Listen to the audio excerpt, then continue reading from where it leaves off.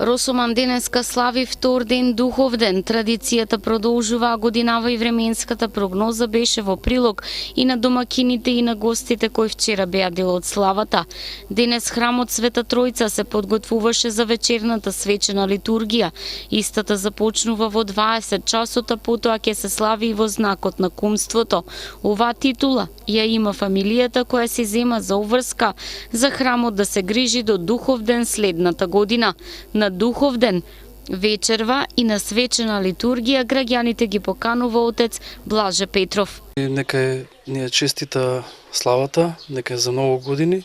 Овој празник представува всушност раѓање на Светата Црква Божја или црквата, целокупната црква, црковна икумена во целиот православен свет го празнува роден денот на Светата Црква Божја, бидејќи на денешен ден Светиот Дух слегнал врз, или третото лице од Света Тројца, слегнал врз апостолите и за да можат да го проповедаат светото православие, светата православна вера низ целиот свет. Бидејќи се стекнале со зборување на дарот на сите јазици, тие можеле, значи со помош на Светиот Дух, да ја шират православната вера во целата православна икумена.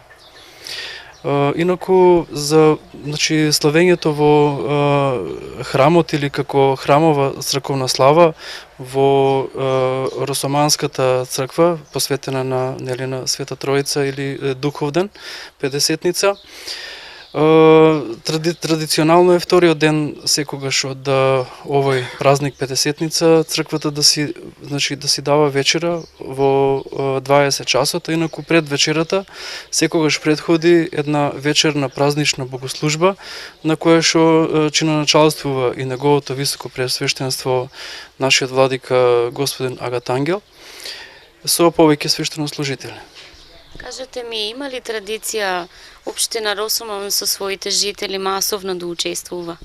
Да, секако. Првиот ден од овој празник, Духов ден, луѓето си припремаат и си причекуваат гости во нивните домови, а на вториот ден, фактички на вечерата, после вечерната богослужба, сите масовно доаѓаат, па дури од сите околни други села, па и од градот имаме гости, за да земат учество и во самата служба, но и за вечерата остануваат, за да си, прослават.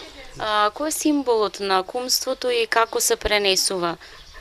Вака, од секогаш оваа црква овде си бира кумови, односно кумовите претходно се пријавуваат, оние кои што сакаат да се пријават, да бидат кумови, тие ја имаат таа обврска преку текот на целата година, фактички до наредната година за Духов ден, се грижат за се што е потребно околу храмот, во храмот и така помагаат.